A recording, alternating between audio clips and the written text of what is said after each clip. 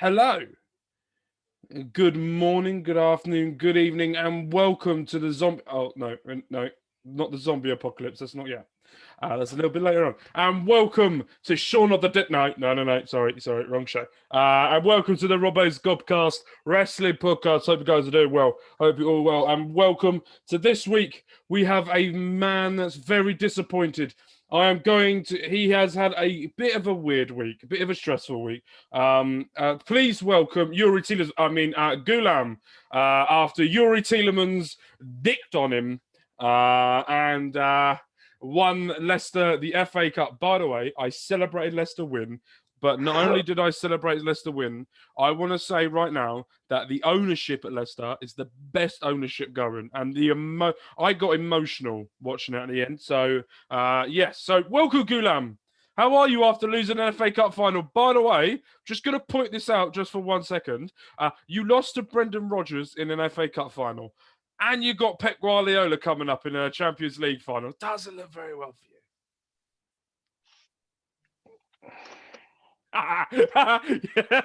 Here he goes. He's got a drink. It's the old try not to say something. He's got. Do you know what? You need to drink before you tweet sometimes as well. Had I known you were going to open up like that, I'd be a bit more prepared. Oh, yeah, fine. No, I make sure that I make everyone off guard so they don't know what's going on. So, yes, welcome to an episode. Basically, this is nothing to do with what's happened in the past week, because everything of the past week was building towards this, Sunday, for everyone watching us. Monday morning, basically. If you're from the UK. Basically, we are going to be reviewing Wrestlemania. Backlash.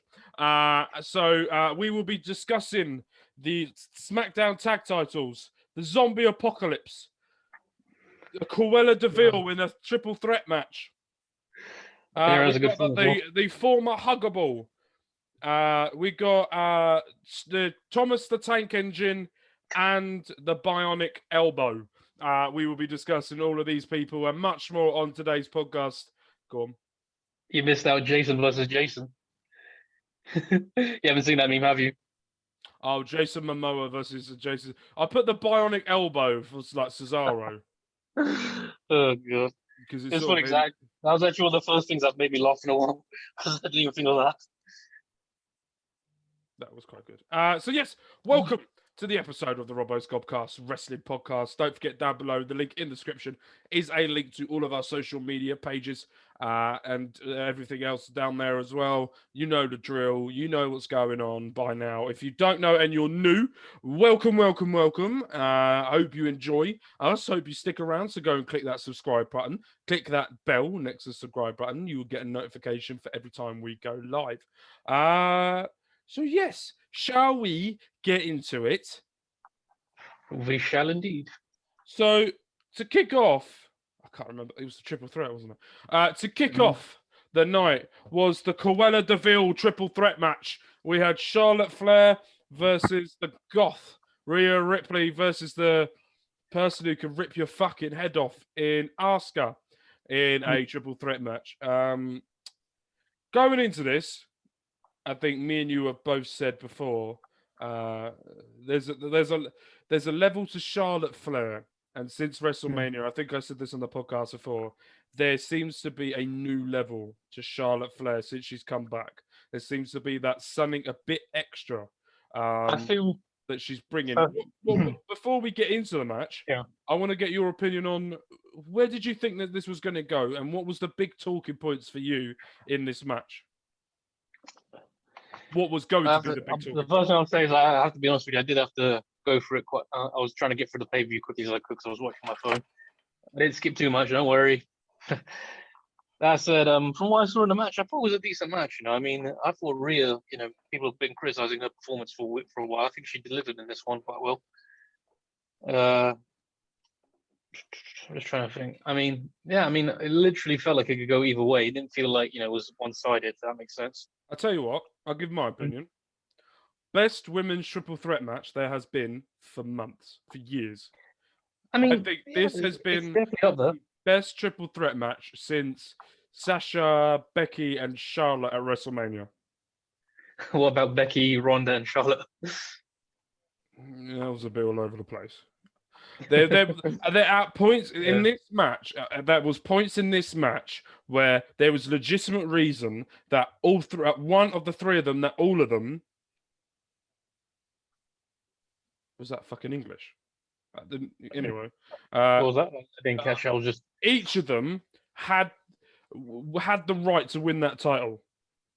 There wasn't one dominant person, I thought, in this match. They all put in their moves that they needed to do. They all looked very, very strong. They all had excellent false finishes. And they all looked... And I have to say, Rhea Ripley is someone who, as we all know on this podcast, I'm very high on.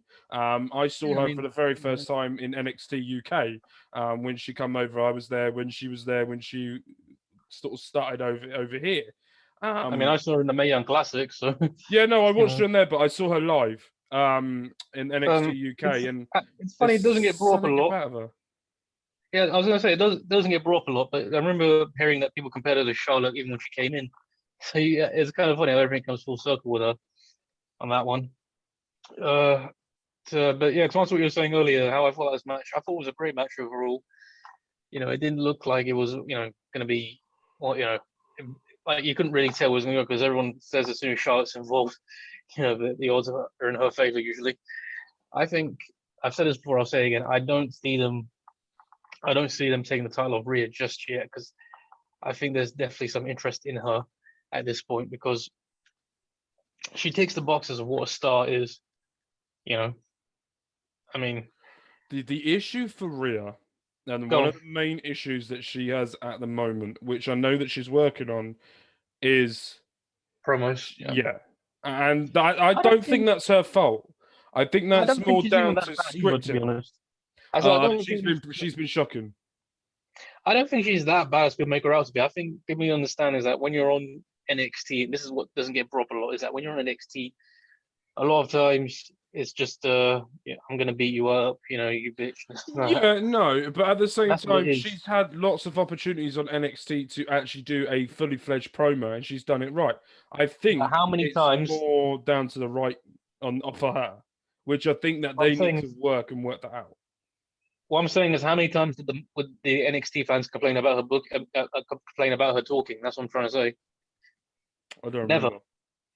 That's my point. They never. And that, so then that at the same time, then that goes to the script, what they're writing for her. They obviously haven't watched NXT. They've just seen her and gone, "This is what you should. This is what you need to be doing." Not what is best for her and what could bring the best out of her. I think that they've just gone, "This is what we want you to do." At the end of the day, people need to remember she's still very young. She's only 25 yet. No, I get that. I think it's a long way to go yet. No, I get that. I completely get that, and I'm fully on board with that. But there gets to a point where you have to go. It's like with most things. After a while, you cannot be immune to criticism because of your age. You have to just take the criticism and move on. I agree with that, possible. So right. Yeah. So Rhea wins. We both guessed. If you haven't gone and seen, go look on Twitter. We both did our predictions. We both did exactly the same thing throughout the whole pay-per-view. So basically, we got all of them right. So that's the easiest way of doing it. Next match, we had the Dirty Dogs versus. I laugh every time I hear that name. Such a weird name. We have a. Can you imagine saying that to somebody? Because they never do those they have them go on news channels and to promote the show. Can you imagine them say that? Whoever Dirty Ladies and gentlemen, welcome Dirty Dog. No. For the weather, just tell you the weather. Just imagine that. Just is not right. Dirty Dogs versus the Mysterio family in Dominic and Rey. We all know. So right, you've got to put your personal feelings aside for this one. Well, I have to for 2 minutes. For the greater good. Yes, for the greater good. For the greater good. So on the pre-show, the Dirty Dogs. See, every time I hear Dirty Dogs, I just go, just take a bath. Anyway, the Dirty Dogs attacked Dominic Mysterio backstage. That made me happy. Dickhead. And it was forced for Rey Mysterio to do it on his own. It comes out during it, Dominic. But let's talk about Rey Mysterio for a second before we get into the ending and the match. I thought, How the fuck is this yeah. man so old, but he's still as good as he was when he first started? Yeah, that's true. I mean, Ray, he's always been a top performer. I mean, he kind of lost it. Yeah. No. I get that, but he's Kind of better lost it than when what he was before. Yeah, I know what you're trying to say, but you have to understand is that when you've been off, on the indies for a bit and doing it, working a fresh style I again. need to know how old he is. He's 47, I think. You carry on talking. I'm going to Google. I think it's 47. I think 45. He's definitely in his 40s. Let me see. Age. Right. You talk. I'm Googling. 46. He's 47 this year. You're a dickhead. Yeah, go on, carry on. Yeah, he's 47 this year. Well, you're the one who literally just said how old he is. I'm only answering your question. I was Googling. Yeah, well, I've got a computer in front of me. I've got two screens in front of me. I've got three if you count this. Exactly. All right, carry on. So, yeah, I mean, you have to understand that he took time off, on the indies, and he was gone for at least 3-4 years, I think, before he came back.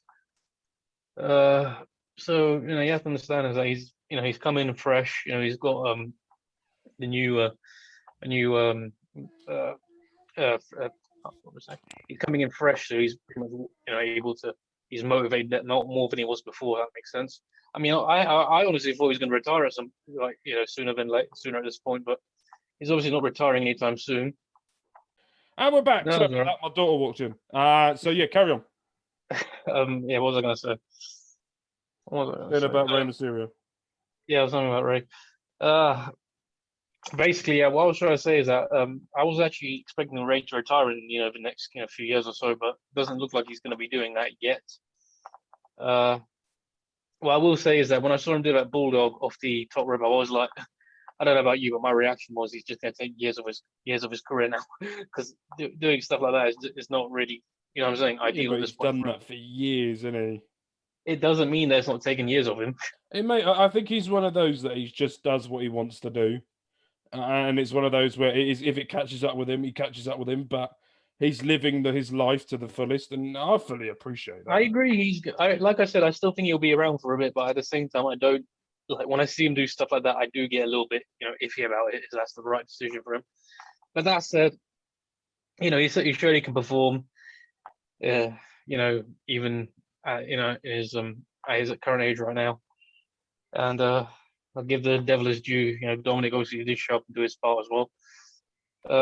So let's talk about Dominic Mysterio for 2 seconds. I'm going to talk about him. You're not. He is currently 24 years of age. Yes. I think when we all first saw him, we saw that there was this potential, but he was very raw. And I think that was one of the things I think everyone can agree on was he was very raw in what he was and where he goes. And his wrestling moves were very much of, and he's worked with some of the greatest wrestlers going. He's been into Lance Storm's Wrestling Academy, which we all know produces, and this is no mockery, produces some absolute current stars as there is today. And he's been to certain places. He's gone to Mexico, done his thing as well over there. Look, he is not promo ready, nowhere near it.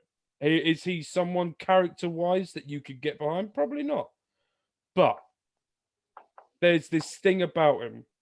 There's this little it factor about him that, personally, if I keep looking over my shoulder, by the way, anyone that's watching this, if you see me keep looking over there, it's because I have the Barnsley versus Swansea playoff. Oh, fuck that up. Playoff semi-finals leg 1 on. So I'll carry on talking because you won't care about this bit. So he's very raw, but he has that it factor. That factor that you can see if he works with types of people, if he's around certain individuals, if he works with different people, do like that. Look, he's worked with Seth Rollins, and you can see he got so much better after working with Seth Rollins. He's been working with some great. He's been working very closely with his dad in tag team wrestling, and what he's been doing outside the ring as well. He's getting there. He's very young, and we've got to remember as well, he's the same age as Rhea Ripley as well. And he's very, very much going to go through a lot of steps before he gets there. What I want to see from him now, I want to see him become him. I don't want to see copycat Mysterio. I want to see, you could do some of the moves. Look, Charlotte Flair has the figure eight. You've got some wrestlers, you've got Nia Jax that uses half the Samoan dynasty with the Samoan drop. You've got Natalia that uses her uncle, Bret Hart sharpshooter. You've got Tamina that uses her dad's Splash. as a finisher. So I get you're going to carry on the legacy from your father. Fine, do that. But you need to have, he needs that next step. And I think he's going to get there. It's all about time with him. And I'm very excited now. I'm very excited to see where this goes. I love the Mysterios. I really enjoy their story the way it is. We all know, or we don't know actually, I'm predicting that at WrestleMania, either this WrestleMania or the next one after, Dominic's going to turn heel on Rey. And it's going to have the final, and Dominic is going to retire Rey. And that's how Rey will go out of the business by Dominic, to then Dominic to carry on. But he has a lot of learning, and I'm very... Do you know what as well? And I'm going to put this over as well. Dolph Ziggler and Bobby Roode, excellent. But this is the best Bobby Roode I have seen since NXT. This version, when Dominic was in the corner and Bobby was shouting at him and doing stuff towards him, I was like, that's the Bobby Roode of NXT and Impact before, or TNA, whatever. Yeah, I think people don't give Bobby enough credit where credit is due. I think, it wasn't exactly easy making the big jump to the main roster as it has. I think people forget was that you can't really make a heel when people are singing your song. So obviously they're going to have to turn him face for a little bit, which made sense. I think since turning heel, he's kind of found his edge again.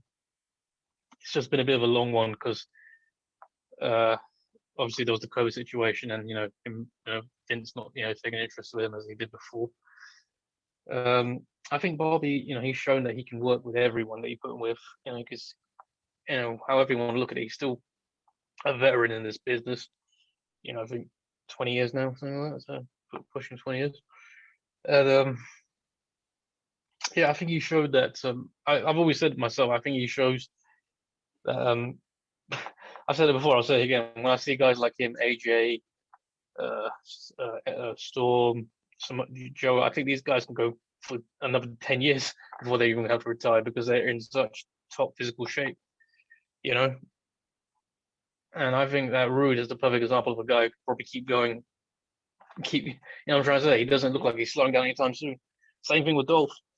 Same thing with Miz. Same thing with Morrison. These guys have really kept themselves from showing. If there even is any ring rust, they obviously not showing it very well because, the way they perform. What I'm trying to say. Talking of Miz, let's get into it. Oh God. Can I just say, I did put a tweet about this because I saw a lot of people, saying their things. I'll just say on there right now. The same people who are complaining about the zombie thing are the same people who had no problem with it when they did that Halloween Havoc. There was absolutely nothing wrong with them doing this. It was just a little promotion for one of their former workers / big names who's making in Hollywood right now, and they were just doing a little favor for him, promoting him. When you say former worker, do you mean future Hall of Famer? Future Hall of Famer. Sorry, my mistake. My apologies for that. I apologize for that. I'm usually a bit more, but yeah. Dave Bautista, they were doing it out of respect for him, and I don't see a problem with that. And if anything, it just made, made Damian and Miz's match, a bit more interesting to watch. It wasn't just a typical lumberjack match. And also, I even said this as well, that this could have also been a great opportunity for them to let Damian be his darker self and tap into his old Martinez self from his Ring of Honor days. But even then, people are acting like as if they've ruined him like that. I'm just like, how did they ruin him? He's not the one who got eaten by the zombies now, is he? What I'm saying? I think people just get way too upset over nothing these days, and it's kind of just like, just line up. Another thing I also mentioned was that the same people who praised the zombie thing in NXT were the same people that were saying, "Oh, I wish the main roster was, as creative and fun like this." And I'm like, and when they do something, like they complain about it. I'm trying to say. Sorry about that. My daughter is crying, so I had to go and sort her out. I do apologise. So we were talking about the zombie apocalypse. You had your say on it. Yeah, yeah. My turn. I think I thought it was fucking hilarious. Hilarious. I didn't think it was bad to begin with. I remember I saw Batista tweeting that I'm gonna send my boys or whatever. I think it's something had to happen. I didn't realize it would be that, but No. like I said, listen, we all take. I think we all look at wrestling sometimes and think about it really, really serious. yeah, and I've seen people make it even more serious, like, oh, yeah, well, this should really shock it as the same company which keeps sex offenders and rape. I'm just like, why are you making it so deep for? It's just, what I mean. It's a fucking zombie. Just get over it. Well done, Damian Priest, put in an excellent match. Johnny Morrison comes out of that looking fucking hilarious. The Miz, just solid as usual. Excellent competitor. So, yes, well done. Next up, we've got what? My phone has gone weird. Here we go. So next up, we're gonna go for the triple threat WWE Championship match. Thomas the Tank Engine versus the King of Scotland versus the Almighty. I don't know. What? I don't know. You should be insulting your brother like that. Fuck off. Come on. Fuck off. He's your brother. He's your big brother. Fuck off. Anyway, for the WWE Championship, I thought this was an excellent, solid match. I really enjoyed this match from start to finish. My brother did very well during the match. I'm just going along with it now. Drew looks like a complete beast as well again. And Bobby Lashley. Look. I thought it was a good match overall, to be honest. I think, everyone delivered. I'm gonna be honest here. This is not good. This is not going to end well on the internet. I don't think. I don't think Bobby Lashley's a good WWE champion. Ugh. All right, listen. I find boring. No. Yeah, I do find him completely boring. The only reason that championship has relevance with Bobby Lashley is because of MVP. The only reason why Bobby Lashley is as big as what he is because of MVP. Right. And for no one else. Bobby's Lashley in-ring work? What do you mean? Yeah, he's a hell of a performer. No, he's not. Yes. No. He's good. He's good. He's not a hell of a performer. He's good. He's at the stage. Do you know what? He is that United States champion-esque. He's not anything higher than that. That's your opinion. That's fine. I disagree, but if there was a match between him and Brock Lesnar would destroy him. I think he'd be the perfect guy to ground him, to be honest. There is no way a man like Bobby Lashley would be able to do what he does against a man like Brock Lesnar. He hasn't got that. Look, I get his character. I get who he is. I get MVP. His in-ring work is good, but he hasn't got that signature thing in the ring that goes. He's got that finisher, the Hurt Locker, which is just the rip-off of the masterpiece that he broke when he was first in WWE. He also uses a spear, which is just the same thing every other person he was does. doing that. No, hang on a second. He was doing the spear way before he, back in... No. I get that. But at some point, you've got to go... Right. Roman using a spear. Charlotte uses a spear. Everyone uses a fucking spear. And people kick out of it all the time. Why does it make a difference? Look, Roman doesn't use a spear anymore. He uses a guillotine. So he knows now that spear, because everyone uses it, has become the least effective finisher. Bobby Lashley needs to learn that. He needs to find something that's I not. want him to use I wanted him to use the Dominator again, but they've made him use as a regular. Yeah, I thought that was his best move. He needs that shock finisher factor. You got Roman Reigns that once that guillotine's in, you go, oh fuck. The Hurt Locker is the same type of thing, but if you've got big men going up against you, you can't use that. You got to use something I know else. what you're trying to say. I agree. Like, the thing with Shield is, I think what I like about the Hurt Locker is that it's like the guillotine as well, is that you don't necessarily need the guy to tap out. You can just let them pass out, and then you can keep the that's why storyline I going think that way. Which is what I like about it. So when you have a submission maneuver, my opinion, if you're a size of Bobby Lashley, you could probably fit that on anyone, right? Because of his strength and the way he is. The same with Roman Reigns. Because he gets you in that guillotine, with the weight that he does, will bring you down and go onto it. But he also, at the same time, still has that factor about him, that Bobby Lashley, is when he goes up against someone that's bigger than him, he loses that edge. He doesn't have that factor of, Bobby Lashley going to fucking destroy him. I go, poor. He's going to struggle in this one. Now, that's my opinion on it. No. I mean, I still remember Bobby Lashley when he was in the ring with the Big Show back in 2006, and he was. That's the Bobby Lashley I want. That's the Bobby Lashley.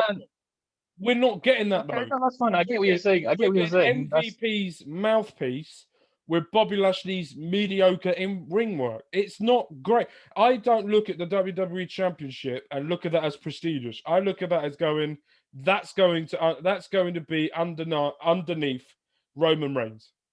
That he hasn't taken that title to a point where he can challenge, like with Survivor Series that comes up, because we all know Survivor Series is a big. Everyone likes to look at throughout the year, the champion of the versus champion, all that type of thing. At this precise moment, Bobby Lashley would get fucking annihilated by Roman Reigns because he hasn't got that gear yet. I see where you're coming from, but at the same time, you're still thinking about 6-7 months ahead yet. You know. No, I get that. No. All I'm saying now is he's missing a step in the ring. He's missing a step. And it's a big step, and he's WWE champion, and he shouldn't be doing that. I think that the best way to answer why I'd say to do that, if that's the case, is I'd have him face Lesnar, because that's the match which everybody has said that he needs to happen, and I think that would probably would show him. Huh? I think if Lesnar comes back, the only way to book Bobby really strong out of that is to wreck the ring, isn't it? Not for him to beat him, but for him to do a Goldberg on Lesnar. Oh, you mean beat him in 1 second? Yeah, I mean quick. I mean he needs to shock Lesnar to a point where I will go. All right, I'm only talking personally. I'm not talking spectrum. I'm talking personally. If he does Lesnar and he does him like a kipper, I will go, right, all right. At the moment, I prefer the title reign of Drew than I do Bobby because of the way that Drew made everyone better. And he made the opponents better he was in the ring against. And he got better. Lashley hasn't. Lashley's good, but he's not getting better. And he's not bringing the wrestlers up to him. The others are dragging him up. That's the issue. The thing is, though, Bobby's been facing the same opponents for 3 months now. So it's not easy for him to, you know. No, I get that. No, I get that. But at the same time, Drew McIntyre been stuck working with Drew for about 4 months now. Yeah, but Drew McIntyre had the same thing with Randy Orton, and every single time it was better and better and better. He destroyed the Miz. Don't forget. Yeah, but that's the Miz. But I'm saying that's what you want to see him do. You want to see him, wreck people. But not against the Miz. I want to see him do that against Braun Strowman. I'm saying it's not like he won. It's not like he cheated to win. That's what I'm trying to get at. He won the title clean, so he's obviously winning clean. So it's not like he's getting a cheap victory. Like No. I get that. But at the same time, it was Miz. It's not someone that you can go, Jesus. All right. I love the Miz. I watched this 24 documentary. Absolutely love him. Completely, It made that me. has completely changed my perspective on the Miz whatsoever. But that's not an opponent that makes Bobby Lashley look strong. I think. I don't think it made him strong, but it just showed that he can take, like, if he can beat you in a second, he can beat anyone in 1 second. But he hasn't been able to do what they haven't done is they haven't let him capitalize on that kind of, you know what I'm saying, that kind of winning. They've made him, like, because he's been facing a guy like Drew, who's bigger than him, and he was champion for longer. Is, I'm trying to say, it's I'm kind going of to make a point here. like I said, it's because he's been facing the same guy for 3 months now. The interest is just, I'm trying to get. No. I completely get what you mean. I completely get what you mean. But I'm going to make another point. Karrion Kross is a bigger beast at the moment than Bobby Lashley.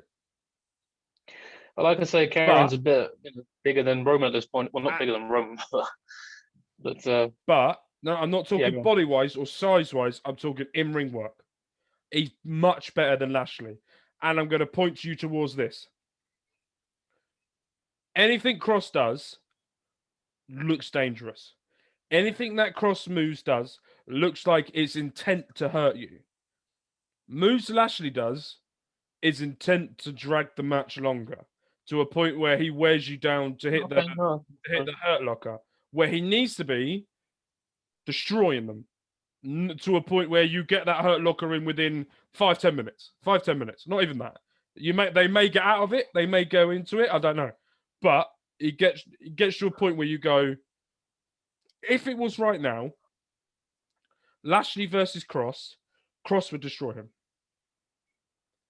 The thing about Kross is they've actually booked him properly from day one because you have to understand NXT's been, you have to understand NXT's, a lot of NXT's talent aren't exactly that big, aren't exactly the biggest guy, so it's easier for him to just run through the entire roster and just wreck the shit out of him. But you say that, but Kross made a mockery of Keith Lee, and Keith Lee's a big boy. Yeah, I was going to say Keith Lee and Breeze and so he has gone up against big boys, but only a few of them that were there at the same time. There's only a few on Raw.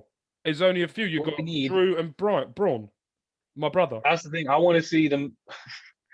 I want to see him facing those kind of guys next to really show what kind of a performer he is. Because at the moment it just feels like it's an easy competition for him on NXT as well. That's the sad truth as well. I can't see anyone beating. I've said this before. I'll say it again. I can't see anyone beating Kross for at least the rest of the year until they choose to call him up and they just make it out like he just puts the title on the ring and just goes on that way. We've gotten into Kross quite a few on the podcast before, so go check out a previous podcast. Yeah, but that shows you. But that just shows you how much Kross is. I completely agree with interest you. Right now. I completely agree with you. Next match, we got to move on. We spent a lot of time on Bobby Lashley, Braun Strowman, Drew McIntyre. The role model versus the EST of WWE in. I tell you what, I didn't like the start of the match. To be honest, I wasn't really that invested in it. To be honest, to begin with, because I've always just random. I was invested in it because I feel like the way that Bayley got treated at WrestleMania was a point where she needed to add something to her game in this match. The issue with this match for me was Bianca comes out looking strongish. The issue that I have at the moment is you've got Bianca saying she is the EST of WWE. She's the baddest, she's the strongest, she's the fastest, she's the best women's wrestler going. But she also takes a lot of damage. Yeah, I see where you're coming from. So do you know what I mean?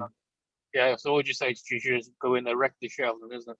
No. I don't think wrecking the shit. I think, but to a point where her moves need to make more of an impact. Bit like Bobby Lashley. A bit like with her, okay. She has extremely good moves, and she has extremely good things. Bayley, I'm slightly losing interest in Bayley. Say, really. I'm slightly losing interest. I think she's an excellent competitor. Her reign as SmackDown Women's Champion was the best reign that we've had of a women's champion in a very long time. Issue with Bayley right now is she's like a deer in headlights. She doesn't know. They don't know what to do with her. They threw her into a title match to try and keep her happy after what they did with her at WrestleMania, getting beaten up by Brie and Nikki Bella. You also got her to a point where you bring her in. I think the highlight of that match was the finish. And I think as much as it was a little bit botched and it was a little bit done, but I thought it was a great way. And I also want to say a brilliant move by Bailey, where she grabbed Bianca's hair, pulled her, spun her around into a Bailey to the Bailey to belly, which I thought was an excellent way of using the hair in the match, by the way. But I also want to say as well is the roll up with Bianca using the hair to pin, brilliant. I thought that was very, very, very clever how she did that. But she needs to be coming off more destructive. And you can, by the way, I know I kind of agree on that as well. You can book a babyface to be destructive. You don't have to book a babyface every single time to get. I call it frozen. Yeah, I know. I just come up on my screen said internet connection unstable. So that's what I just got. So for me, you can book it. Yeah.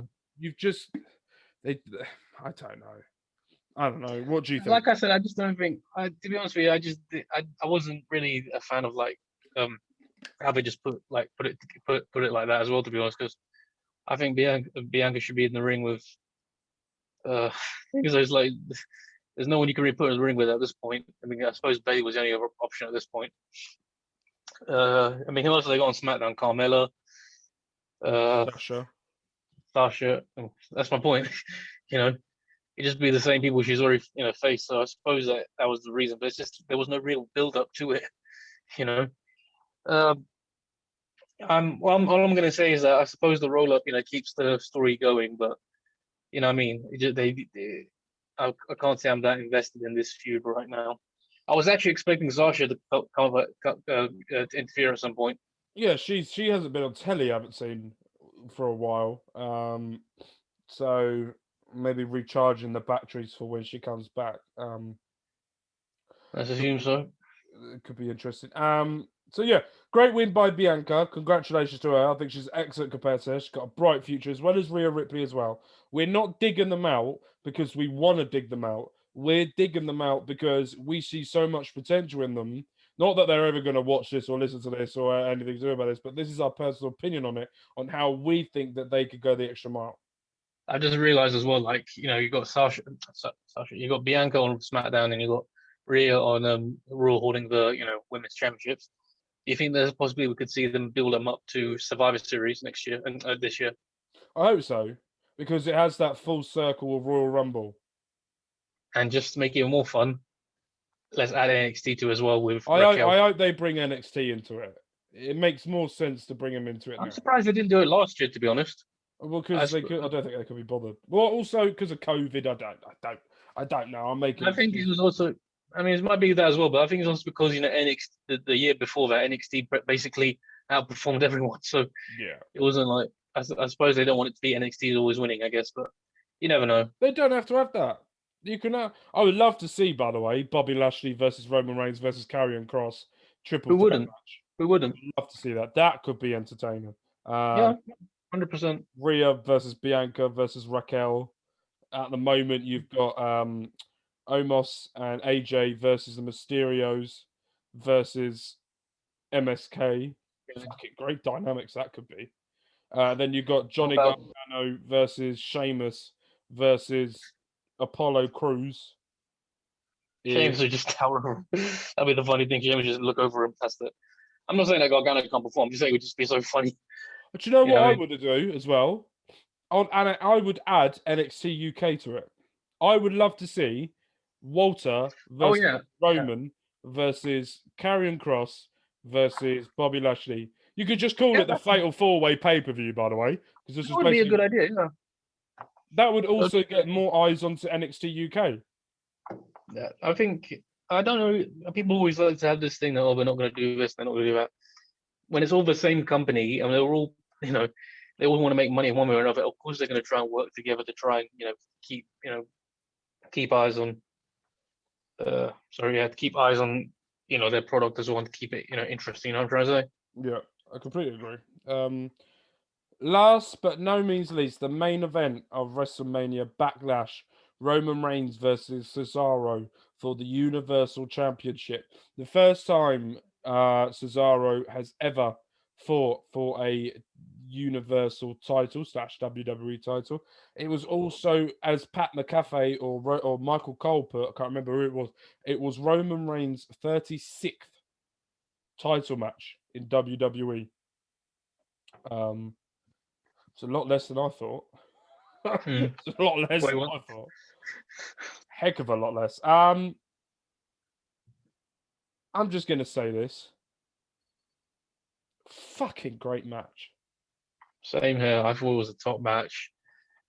I always laugh whenever I come on. Like, huh? Is the best wrestler in the world right now. You know what I have to say is I always every time I see him win, I always laugh whenever I go online because I know that as soon as I go on it's either the Facebook page or the Twitter page is where I see all the angry smart fans.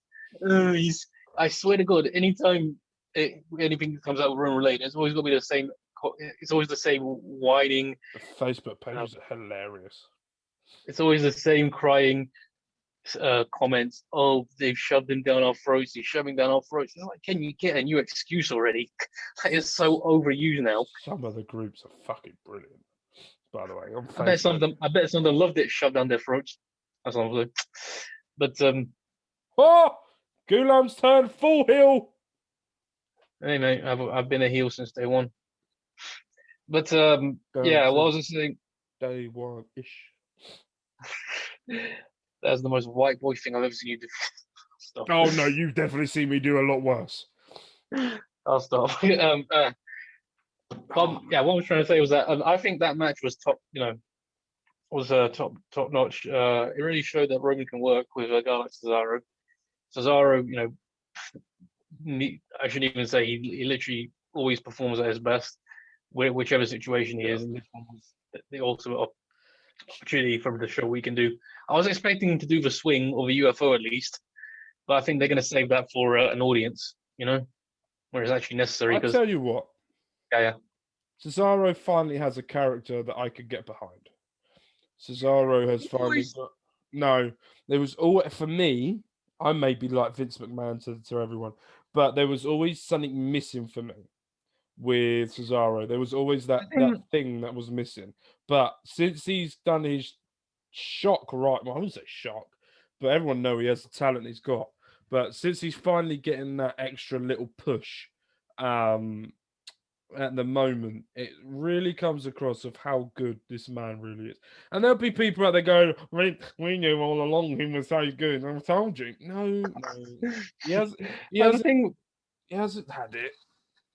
The thing with Cesaro is, I mean, I might be one who's always going to say he's always had it, but the thing with Cesaro is that if you look at his career over the past 10 years, he was always trying to find himself. And, he came in at first doing the whole, because he can speak 4 languages, he brought that one into as a heel, and then obviously they put him with Aksana, and then they put him in the tag team, which is pretty much how his career would be for like God knows how long. Forgot about that.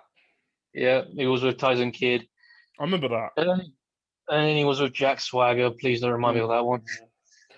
We the people.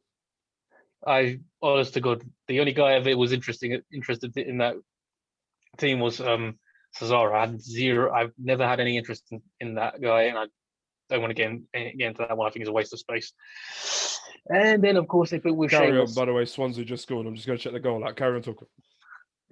And of course, they put with Sheamus, and the phone has gone off, so I need to put Right, that I'll carry on. While he does that, the thing for me with Cesaro and everything was that he just needed that extra step, that extra layer to him, and now he's got it. The work that he's doing with Seth Rollins is giving him that extra layer that he needs to become that top star.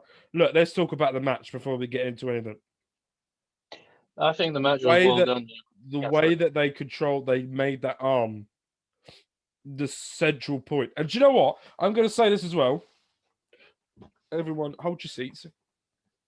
Pat McAfee's color commentary better than Samoa Joe.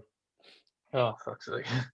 the way he gets you invested in what the heel or whatever's going on is spot on. There is nobody in WWE right now that can hold a candle to Pat McAfee and the way that he does and what he does. I think Pat is is like a breath of fresh air. That's one way of putting it. I think he's I remember saying this last week. I think he's kind of like he kind of reminds me of Roddy Piper, the way he puts the guys over and the way he sells everything. Like the way he gets into it. No, I completely agree. And I think Pat, I think Pat is basically how to describe him. There's something about him. He just like he seems to know. I don't know. He's just like he knows what he's doing. He's like you think you. Do you know what the weird thing about him is? And I think you're right. Yeah. He knows what he's doing, but he also doesn't know what he's doing. Yeah, I suppose I see. You know what I mean? He knows what he's doing, but at the same time, he's so. The scary thing about that is because he's so new. How good can this man be at doing it? And if you watch the vlogs that he does on his channel, talking about going to SmackDown and his relationship that he has with Vince and his relationship he has with Triple H and Michael Cole, you can really tell that they are fully behind Pat in everything he does. I can see them keeping him for a long time.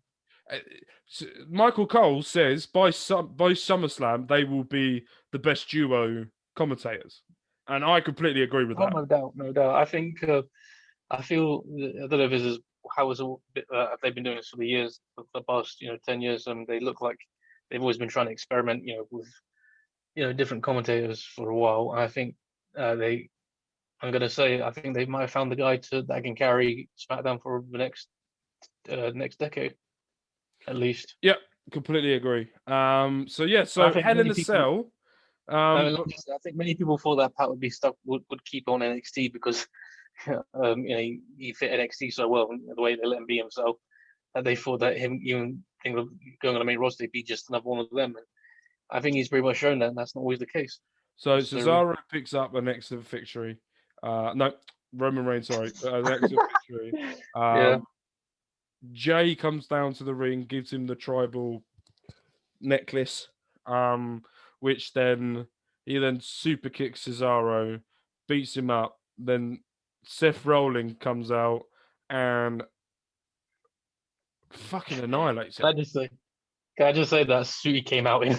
I loved it. I wouldn't. Half his suits I loved, just wouldn't wear them. Yeah, I'm just going to say this. I would not be wearing that. No one in their right mind would ever wear half the stuff that Seth Rollins wears. But that one looked like pulls them off. That one looked like his daughter came in, has grown up quickly and has been playing with crayons and just annihilated his white suit. Don't blame That's me. what it looked like to me. I'll take that. So they attacked the arm, got his arm into a chair, flung it against the ring post, then curb stomped, with Seth Rollins standing in the center of the ring at the end. Building 2, which was meant to be Money in the Bank, but has now been moved and swapped with Hell in a Cell. That is normally in October, but now that's being moved to the next pay-per-view in 5 weeks' time. Jesus. So which could mean that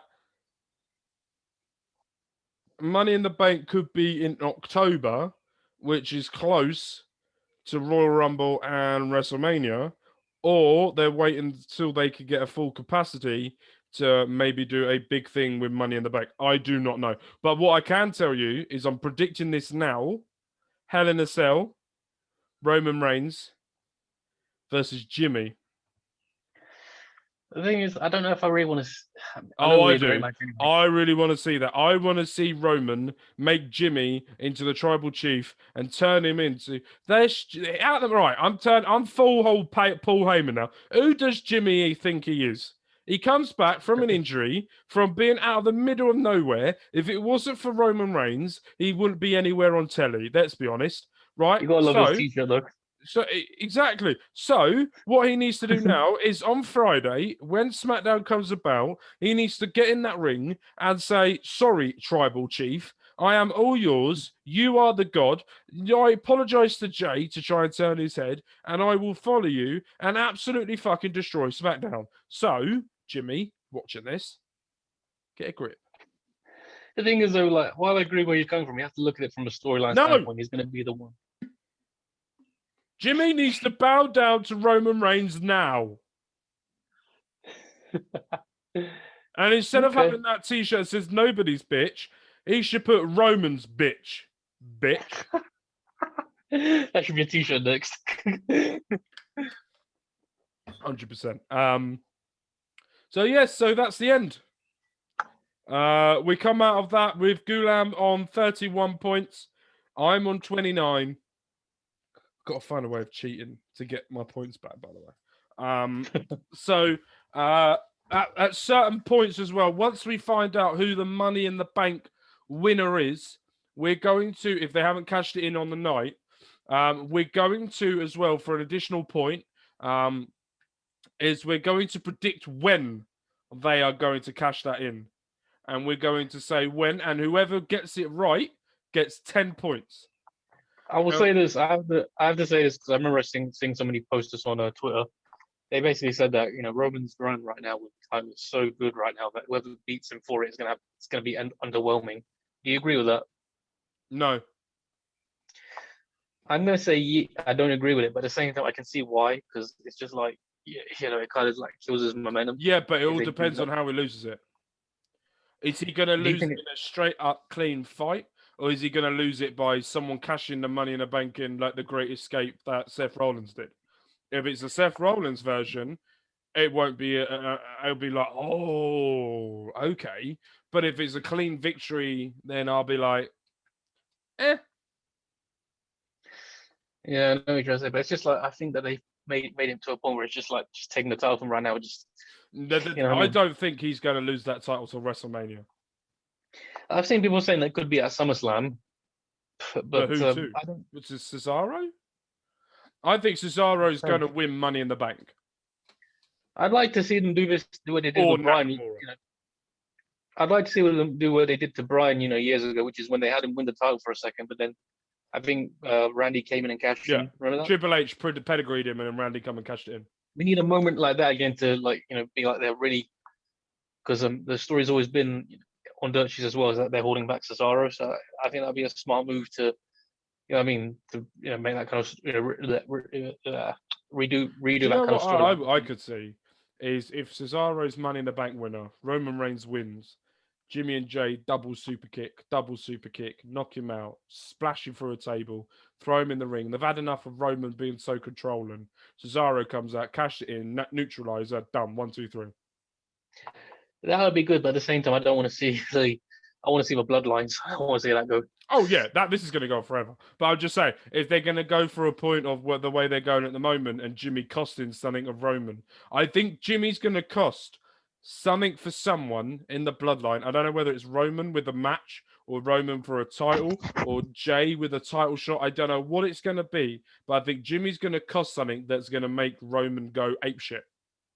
And the funny thing is, I don't know if you noticed, but everything we're saying right now is basically long-term booking. Yes. The funny thing is, people often criticize WWE and say they don't do long-term booking when they blatantly have. No, they do long-term booking on NXT and SmackDown. They do fuck all for Raw. Yeah, that's true. The only long-term booking they have is Alexa Bliss. Oh yeah, and the Fiend. But he's sort of gone off at the moment. Yeah, he's I don't know how accurate the stories are, but apparently he's we're not going to mention it right now. But yeah, let's hope he'll. We see multiple reports of different things of people talking about it. We're not going to discuss it, and we're not going to ask. I have put a tweet out to say if it is true. But there is one thing we should definitely mention. Zelina Vega might be back. Oh yeah. And can I just say when I saw that? Now let me just say something first. I just need to say, as soon as I saw that report, I literally broke out in laughter because I remembered getting into an argument with some AEW smarks that would say to me, "She's never going to go back." Blah blah blah, blue blah blah blah blah blah. And She's back. Which we don't know yet. She's back Well, for from the something, but we report, don't know what it is.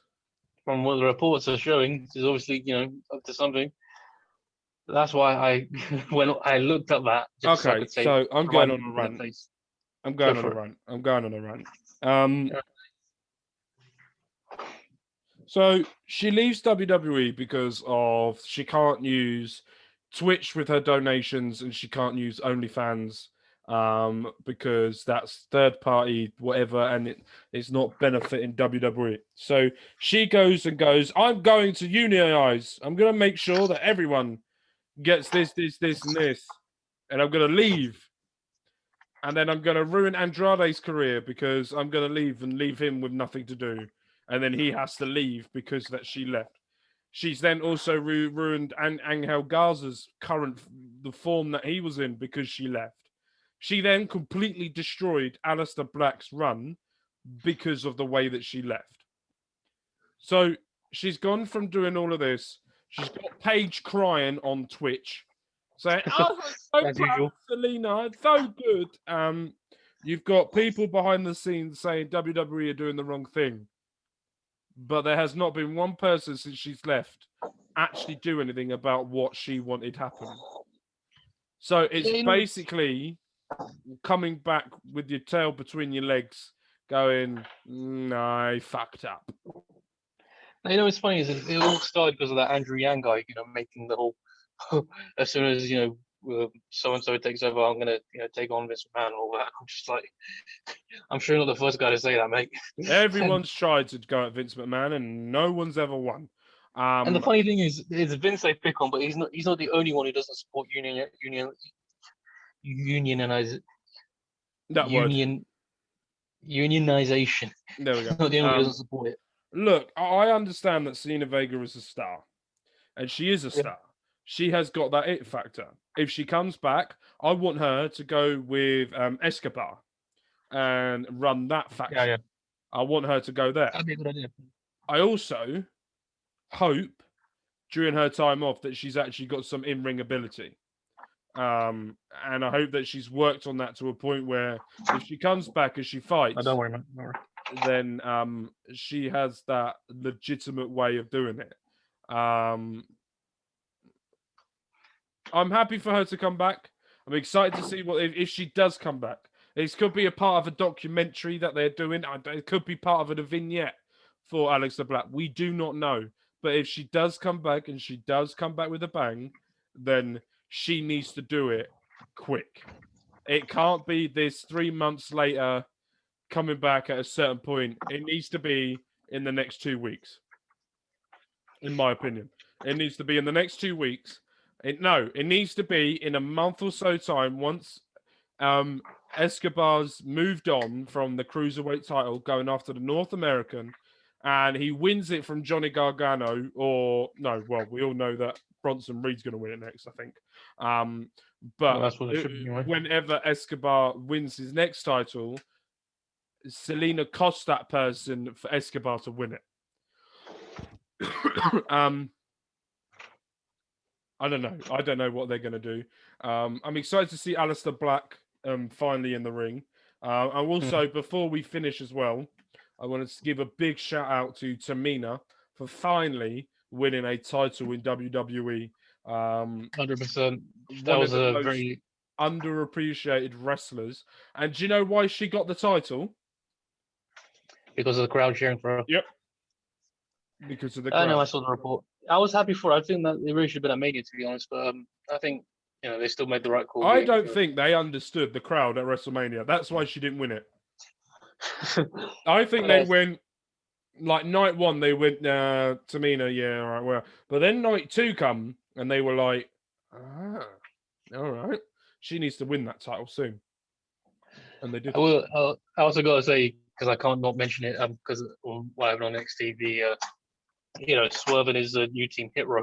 Mm-hmm. That was, as soon as I saw that, I came on Twitter and I saw how many people have like already talking high on that, and I'm like, if they play their cards right, this might be the next best stable in a long ages. I haven't seen any stable that impressed.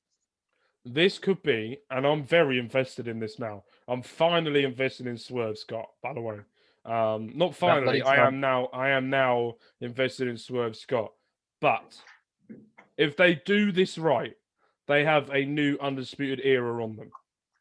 I would love to see a partnership with them and MVP, something like that. I think that would be a very intriguing story because, if you've heard what MVP said, he said that he's still looking to. Bless you. Thank you.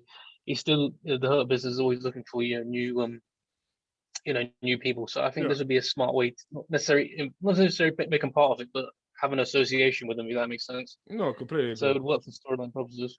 But we will discuss this and much more next week. We were going to have a guest coming on this week. Unfortunately, the person is not able to make it, so we're rearranging another time to do that. So I have discussions with a few people to do stuff. So yeah. So thank you guys ever so much for joining us for another episode of the Robbo's Godcast Wrestling Podcast.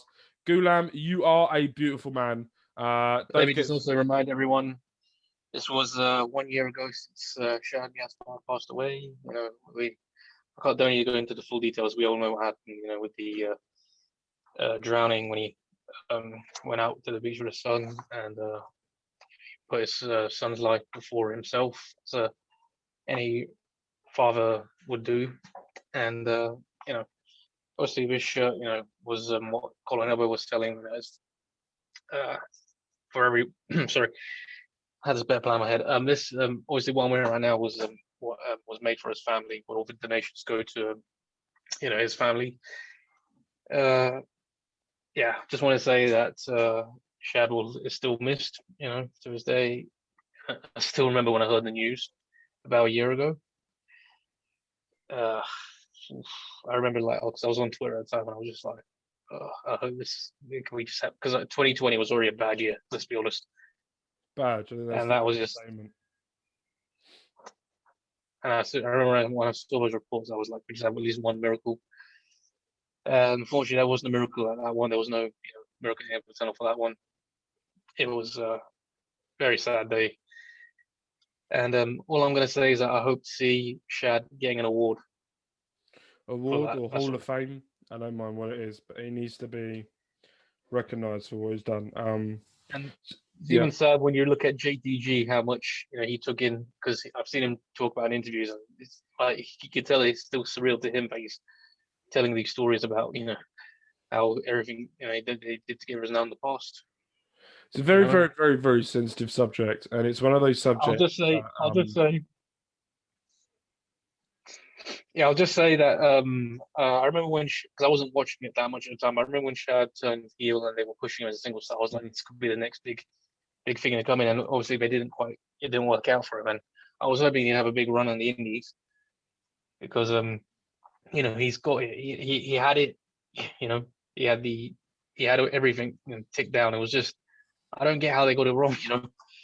Unfortunately, we'll never know who could have been, but I do know that there was definitely interest to bring back Crime Time at some point. But it is what it is. So our thoughts are with the family, especially the son. This will be very hard on him during this, but please. And he'll always remember that his father was a hero, so that's one thing that he'll never forget. Yeah. So please go and respect their privacies. Don't invade. We can send out saying RIP, but don't invade their privacies at this difficult time, especially over the next few weeks, because it's not just one day when it happens. It's a few weeks where you're still trying to get over that year anniversary. So, so thank you guys ever so much. RIP Chad Gaspard. And this week at the gym is going to be for Shad. Yeah. This week for me, eating food is for Chad because I don't do gym. Peace. You had to kill a good moment. Oh yeah, it's me, innit? So thank you guys ever so much for joining us. We will see you guys next week where we will be reviewing everything. Where Ted DiBiase is turning up on NXT. Check it out. Bye. See ya. Bye.